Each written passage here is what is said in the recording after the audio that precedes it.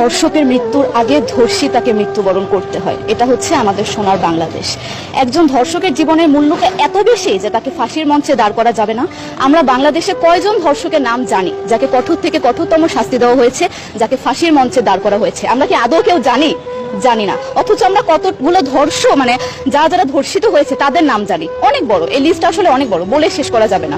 কুমিল্লার তনু, মাগুরার আসিয়া, 2 দিন আগেও কিশোরগঞ্জে 8ম শ্রেণীর একটি ছাত্রীকে বাসা থেকে তুলে নিয়ে ধর্ষণ করা হচ্ছে। বাবার হাতে মেয়ে ধর্ষিত হচ্ছে, ভাইয়ের হাতে বোন ধর্ষিত হচ্ছে। আমরা আসলে নিরাপত্তা কোথায়? আমার মনে হচ্ছে আমরা যেন আইয়ামে জাহিলিয়া যুগে চলে গিয়েছি।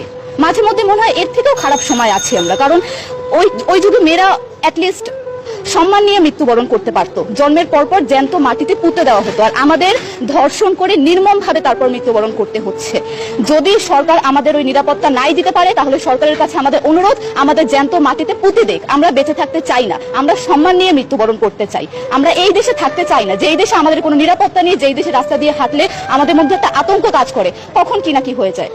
আইন উপদেষ্টা বললেন যে ধর্ষকের নাকি ফাঁসি দেওয়া সম্ভব হবে না, তাহলে নাকি নিরীহ মানুষকেও মাঝে মধ্যে ফাঁসির ব্যবস্থা করা, মিথ্যা মামলায় ফাঁসিয়ে দিয়ে ফাঁসির ব্যবস্থা করা হতে পারে।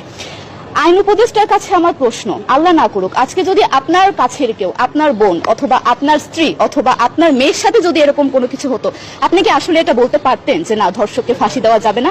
কোনোদিনও পারতেন না। আপনি সবার আগে তার ফাঁসির ব্যবস্থা করতেন, সম্ভব হলে নিজের হাতে মেরে ফেলতেন। তাহলে আমাদের বেলায় কেন এত বৈষম্য? আমরা কি দোষ করেছি? আমরা কি নারী না? আমরাও তো কারো বোন, আমরাও তো কোনো বাবার সন্তান, আমাদেরও তো বেঁচে থাকার অধিকার আছে, তাই না? কিছু হলে মেয়েদের পোশাকের দোষ দেওয়া হয়। আমার কাছে প্রশ্ন, একটা 8 বছরের শিশুর মধ্যে এরকম কি থাকতে পারে যেটা একটা পুরুষকে অ্যাট্রাক্ট করবে, যেটা একটা পুরুষকে সিরিয়াস করবে? সেরকম হলে আসলে ধর্ষণ করা হতো সবসময় প্রাপ্তবয়স্ক মহিলাকে। কিন্তু আমরা আসলে পরিসংখ্যান গবেষণা করলে দেখতে পারি যে ধর্ষক সবচেয়ে বেশি করা হচ্ছে শিশুদেরকে, কিশোরীদের সবচেয়ে বেশি ধর্ষণ করা হচ্ছে। দৃষ্টিভঙ্গি পরিবর্তন করুন, চিন্তা ভাবনা পরিবর্তন করুন, ধর্ষকদের আইনের আওতায় আনুন। যদি আইন উপদেষ্টা অথবা প্রশাসন যদি ধর্ষকদের শাস্তির ব্যবস্থা না করতে পারে, আমাদের হাতে তুলে দেন, আমরা নিজেদের হাতে শাস্তি দিয়ে দিতে পারবো। এই সাহস আমাদের মধ্যে আছে। বেঁচে থাকার জন্য আমাদের যতটা কঠিন হতে হবে, আমরা কঠিন হওয়ার জন্য প্রস্তুত আছি। আমরা ফাঁসি চাই, ধর্ষকদের কঠোর থেকে কঠোরতম শাস্তি চাই।